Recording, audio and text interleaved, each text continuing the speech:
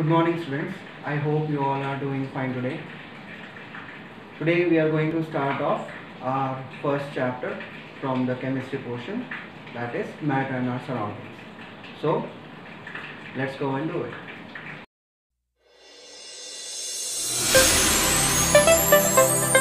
Okay, so this is our chapter number first, matter and our surroundings.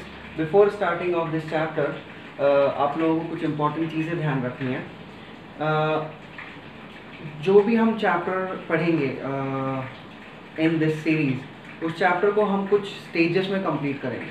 The first stage would be the basic concepts of that chapter. उस chapter के जो concepts हैं उसको हम लोग समझने की कोशिश करेंगे. The second stage would be the activities. जो चैप्टर्स में एक्टिविटीज़ आती है, जो इम्पोर्टेंट एक्टिविटीज़ हैं, उनको हम लोग उसके अंदर कवर करेंगे. And the third stage would be to do the question answers. जो क्वेश्चन आंसर्स हैं उसमें जो चैप्टर के बीच में आते हैं और जो चैप्टर के एंड में आते हैं, उन क्वेश्चन आंसर्स को कंप्लीट करेंगे.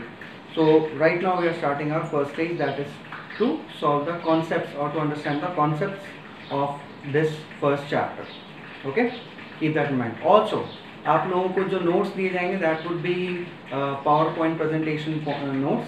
तो उन नोट्स के अंदर you will be told each day आपको कितने कितने पेजेस तक आपको कवर करना है. Okay, so I will be giving you that information at the end of today's lecture. Okay, so now matter and our surroundings, as we had already discussed earlier. हमारी जो introduction वाली class थी उसमें हमने discuss किया था कि जो मैटर होता है, हम क्या बोलते हैं, जो भी हमारे आसपास जो भी चीज़ें हैं, कुछ भी जो हम फील कर सकते हैं, टच कर सकते हैं, जिसको भी हम लोग देख सकते हैं, इन चीज़ों को हम लोग मैटर कहते हैं. अब मैटर को एक डेफिनेशन अगर हम लोग डिफाइन करना चाहें तो उसको हम कैसे डिफाइन करेंगे? We say that matter is anything that occupies space and has mass. This is a very small definition और क्वाइट सिंपल वन.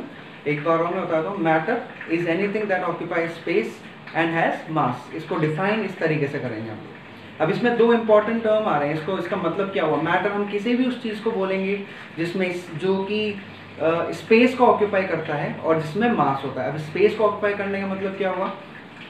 जगह घेरना. That would be called occupying space. जगह घेरना, इट कुड बी, चाहे से आप अपने आसपास कोई सी भी चीज़ देख रहे हो, वो आपको दिख रहा होगा कि कुछ पर्टिकुलर अमाउंट ऑफ एरिया को कवर कर रहा है, कुछ पर्टिकुलर अमाउंट ऑफ जगह को कवर कर रहा है. तो कोई भी चीज़ अगर जगह को कवर कर रही है, जगह ऑक्यूपाई कर रही है, तो वो अपन लोग एक तो मैटर की प्रॉपर्टी मान सकते हैं. और सेकंड चीज़ है हैज़ मास. मास का मतलब उस चीज़ में कुछ पार्टिकल्स होने चाहिए, कुछ मास होना चाहिए. लेट्स से अभी के लिए हम एक नॉर्मल टर्म, कुछ वेट होना चाहिए, वजन होना चाहिए. Although mass and weight are not the same things, but for now अभी हम लोग थोड़ा इसको उस तरीके से समझ लेते हैं. मास के बारे में और डिटेल से हम लोग थोड़ा सा आगे इसमें पढ़ेंगे इस चैप्टर के अंदर. सो राइट नाउ डेफिनेशन क्या होगी? Matter is anything that occupies space and has mass. Occupies space का मतलब जगह घेरना, एंड हैज मास का मतलब उसके अंदर कुछ पार्टिकल्स, कुछ मास होना चाहिए. There should be some amount of some constituent particles in it. ठीक है, ये होता है स्पेस एंड हैज मास. अब सेकेंड चीज़, अगर हम लोग मैटर को बोलते हैं हैज ऑक्यूपाइज एंड हैज मास, तो मैटर के अंदर हम लोगों को एक चीज़ और देखनी होती है कि इसमें there are some particles present in each matter. और इन पार्टिकल्स के लिए हम लोग यहाँ पर एक चीज़ शो करते हैं कि जो हमारा मैटर है is made up of what? Particles. अब पार्टिकल्स में क्या चीज़ आती है? You might have studied earlier in your previous classes कि कोई भी चीज़ जो बनी होती है, जो भी हमारे आसपास जो चीज़ें बनी होती हैं, वो कुछ छोटे छोटे पार्टिकल्स से बनी होती है. उन पार्टिकल्स को आप एटम्स और मॉलिक्यूल्स के नाम से जानते हो. अब हमें क्या चीज़ ध्यान रखनी है कि जो सबसे बेसिक पार्टिकल है उसको हम एटम के नाम से याद रखते हैं. और ये जो एटम्स जब कंबाइन होते हैं तो they form A molecule. Right? So particles में सबसे पहले क्या आता है? एटम. और एटम्स जब कंबाइन होते हैं तो उससे क्या बनता है? मॉलिक्यूल। ओके, सो अगर हम लोग किसी भी एक चीज़ को, फॉर एग्जांपल ये हमारा मैटर, अगर हम इसको ऊपर से मैग्नीफाई करें तो पहले हम लोग क्या क्या चीज़ देखेंगे? पहले मॉलिक्यूल्स देखेंगे, फिर और अगर डीप अंदर जाएंगे तो क्या दिखेंगे? एटम्स दिखेंगे। तो बेसिक यूनिट क्या है? एटम, और एटम्स मिलकर बनाते हैं मॉलिक्यूल, और ये सारी चीज़ें मिलकर बनाती है मैटर। नाउ अब जो हम प्रॉपर्टीज पढ़ने वाले हैं वो मॉलिक्यूल्स की पढ़ने वाले हैं। मॉलिक्यूल्स की there are 3 major properties of molecules. सबसे पहले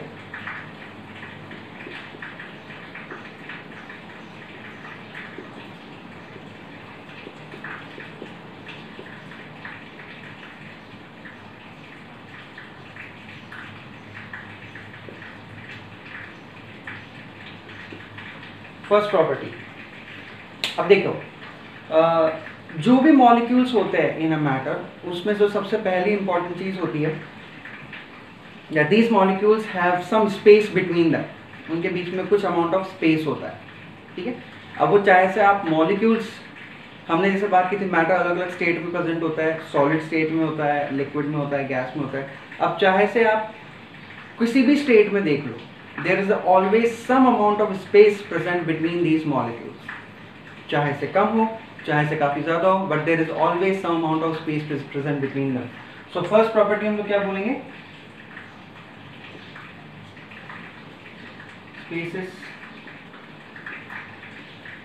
present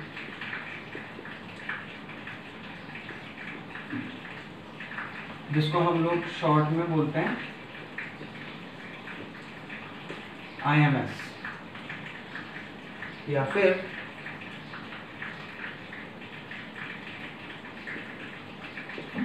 इंटर मॉलिक्यूलर स्पेस, ठीक है। इंटर मॉलिक्यूलर मीन्स मॉलिक्यूल्स के बीच में जो स्पेस है। सेकेंड प्रॉपर्टी, अब ये जो मॉलिक्यूल्स हैं उनके बीच में स्पेस होने के साथ साथ इनमें हमेशा कुछ अमाउंट ऑफ मूवमेंट भी रहती है। They are always moving from one place to another if they have a lot of space, and if they have a very little space so they will be vibrating in a vibrating form. Okay, तो ये चीज़ आप लोग make sure कर सकते हो कि you can relate this with the second property, कि अगर स्पेस ज़्यादा है तो वो मॉलिक्यूल्स क्या करेंगे? They would be moving lot more, ज़्यादा मूवमेंट होगी। अगर स्पेस कम है तो मॉलिक्यूल्स के बीच में मूवमेंट भी कम होगी, they won't be moving as much, right. So second property हमारी क्या होगी?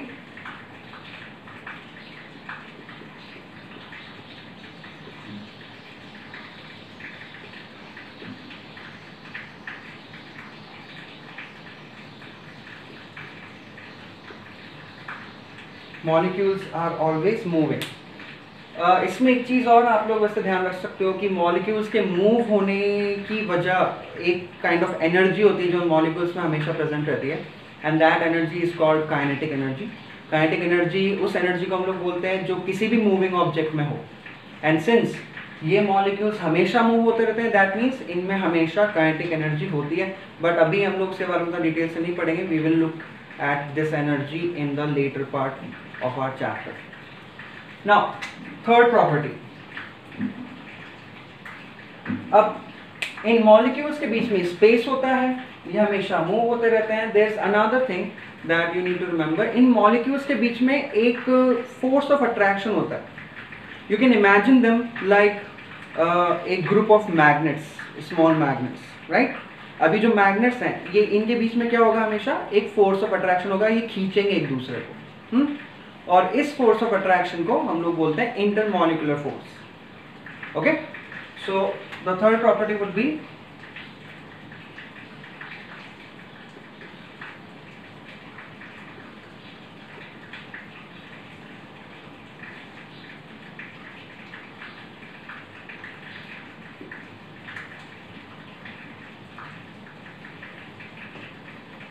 मॉलिक्यूल्स हैव अट्रैक्टिंग फोर्स, जिसको हमने क्या बोला? I M F. Similar to I M S, just यहाँ पे क्या फर्क है, स्पेस की जगह क्या आ जाएगा, फोर्स आ जाएगा। Let's mention this force. Okay, अब so these are the three properties. पहली प्रॉपर्टी कि मॉलिक्यूल्स जो होते हैं उनके बीच में हमेशा स्पेस प्रेजेंट होता है। सेकंड प्रॉपर्टी, मॉलिक्यूल्स हमेशा मूव होते रहते हैं। और थर्ड प्रॉपर्टी, इन मॉलिक्यूल्स के बीच में फोर्स ऑफ अट्रैक्शन होता है। अब एक चीज आपको ध्यान रखनी है, you need to be able to relate all these three properties with each other. कैसे रिलेट करना है? Again let's take the example of those magnets which you are talking about. Let's say हमारे पास एक प्लेट है और एक space है जहां पर हमने मैग्नेट्स को रख रखा है, पीसेस ऑफ मैग्नेट्स को। अब क्या होगा कि ये चीज आपको भी पता है कि मैग्नेट्स के अंदर जो फोर्स ऑफ अट्रैक्शन होती है वो कुछ चीजों पे डिपेंड करती है ना। पहली चीज तो ये मैग्नेट्स के बीच में स्पेस कितना है। अगर स्पेस कम है तो क्या होगा, तो ये मैग्नेट्स एक दूसरे को खींचेंगे। If there is less space then these magnets would be pulling each other, इनके बीच का फोर्स ऑफ अट्रैक्शन ज्यादा होगा। तो यहाँ पर हम एक चीज बोल सकते हैं, सेम चीज विद द मॉलिक्यूल्स, कि अगर मॉलिक्यूल्स में स्पेस कम है, इंटरमॉलिक्यूलर स्पेस कम है, तो क्या होगा, उनके बीच का जो फोर्स होगा वो ज्यादा होगा। If intermolecular space is less than intermolecular force would be more. एक और चीज हम लोग इसमें रिलेट कर सकते हैं कि अगर इंटरमॉलिक्यूलर स्पेस कम है तो उनके बीच की जो मूवमेंट होगी, ये सेकंड प्रॉपर्टी, मूवमेंट क्या होगी, ये भी कम होगी। if there is less space then there is less movement, right? So we can relate these three with each other. Okay, you need to remember it in that form, उस form में आपको ये ध्यान रखना है। तो ये आपको ज़्यादा एक तरीके से बेटर कवरेज देगा as far as different questions are concerned. Alright, so this is the part that you need to remember, that matter की definition और इसकी प्रॉपर्टीज और इनमें जो कनेक्शन है वो आपको एक तरीके से ध्यान रखना है। अब today's class we are going to only cover this much. आप लोगों को जो नोट्स दिए जाएंगे उस नोट्स में you will be having page numbers, you will have to cover up till page number 5। Page number 5 तक आपको इसको आज कवर करके देखना है, इसको पढ़ के देखना है और रिलेट करके देखना है to what the board or to what the concepts are telling us. Okay, so I hope when tomorrow we meet again you will be better prepared about the coming points and you have gone through the notes about these topics. Thank you.